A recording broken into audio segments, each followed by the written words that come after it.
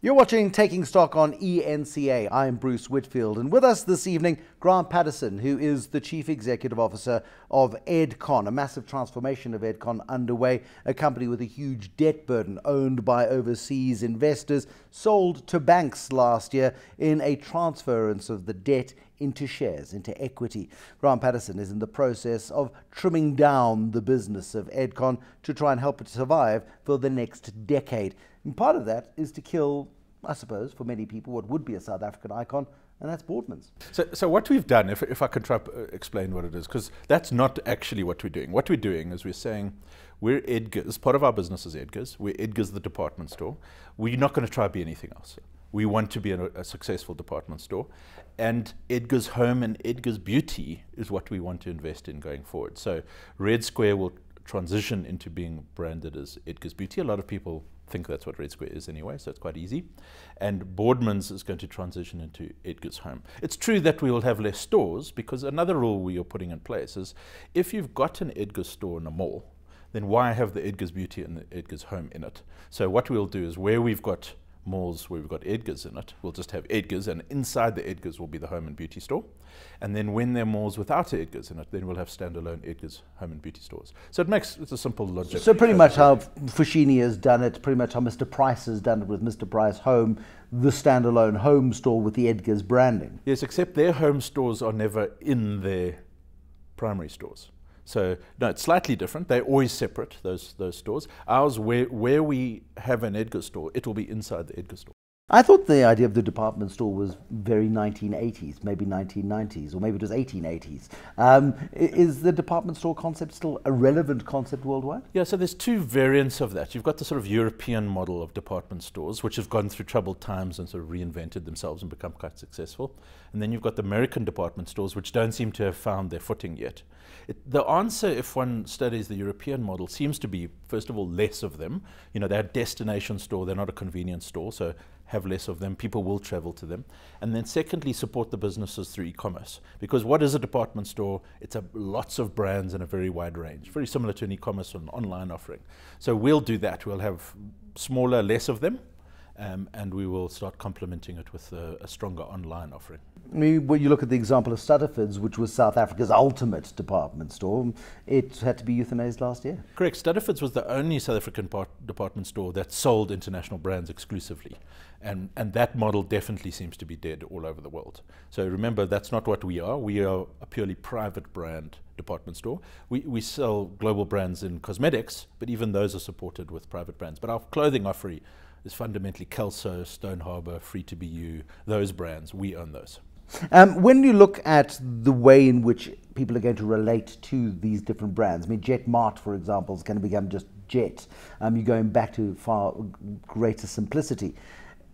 Part of the thinking at Standard Bank probably 10 or 12 years ago was to get rid of the multiple brands that they had, and Standard Bank became the core. Much cheaper to market to, much cheaper to talk to. And that's the point. So in Edgar's, let's invest all our brand building into the Edgar's brand. In Jet and Jet Mart, let's just accept it. The brand is Jet.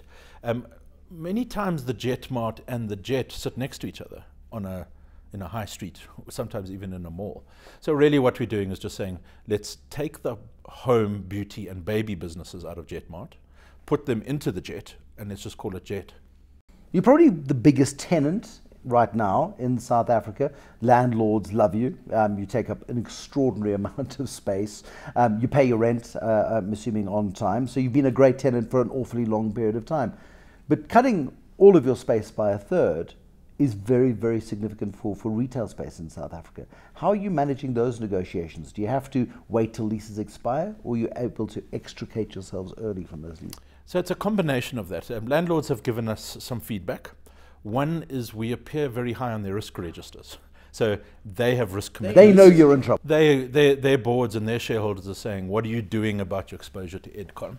That's a useful tool for us to engage on, because that's a logical conversation. Is, look, we're not going to deny that we're not a higher risk than perhaps some of the other retailers. So let's talk about reducing your exposure to us. And we do that collaboratively.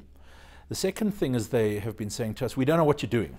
You know, show us a plan, show us a direction.